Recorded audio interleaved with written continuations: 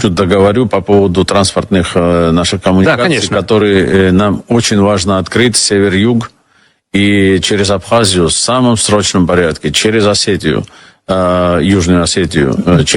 Дороги надо открывать, потому что вот смотрите, там вовсю строится Зангезурский коридор, и Грузия потеряет часть транзита, огромную часть.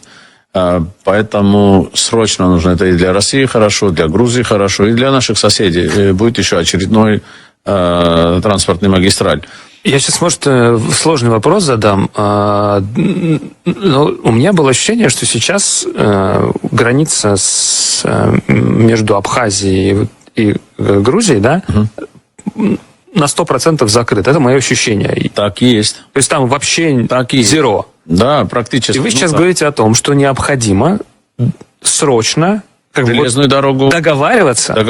потому что можно там как бы ненавидеть друг дружку там до окончания времен, убрать политику, срочно договориться, сделать железную дорогу, сделать автодорогу, сделать регламент прохода, проезда, потому что люди важнее политики. Да? И вот это, то есть, много ли людей поддерживает в Грузии, ну, про Абхазию сейчас не могу говорить, в Грузии эту идею, как инициативу, да? Там, я говорю про людей, не про политиков. И насколько она вообще, вот, нормализация этих отношений ради людей, она в обществе принимается? Ну, там есть вот эти остатки пятой колонны, конечно, они будут там рвать на себе волосы, но основная часть населения Грузии пришла к выводу, что нас заблокировал Запад, это была их затея.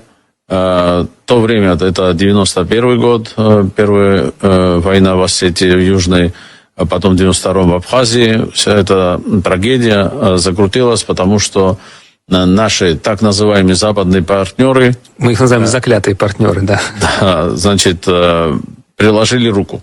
Конечно. Я хочу сказать, что на то время сама Россия была не независимой, не суверенной. Да, у нас ЦРУшников сидело в каждом ведомстве полэтажа. Вот именно. Поэтому то, что сделали тогда с нами, мы вот до сих пор не можем это разрулить. И это сделано специально для того, чтобы север-юг и с этой стороны Россия не развивалась, что она была заблокирована.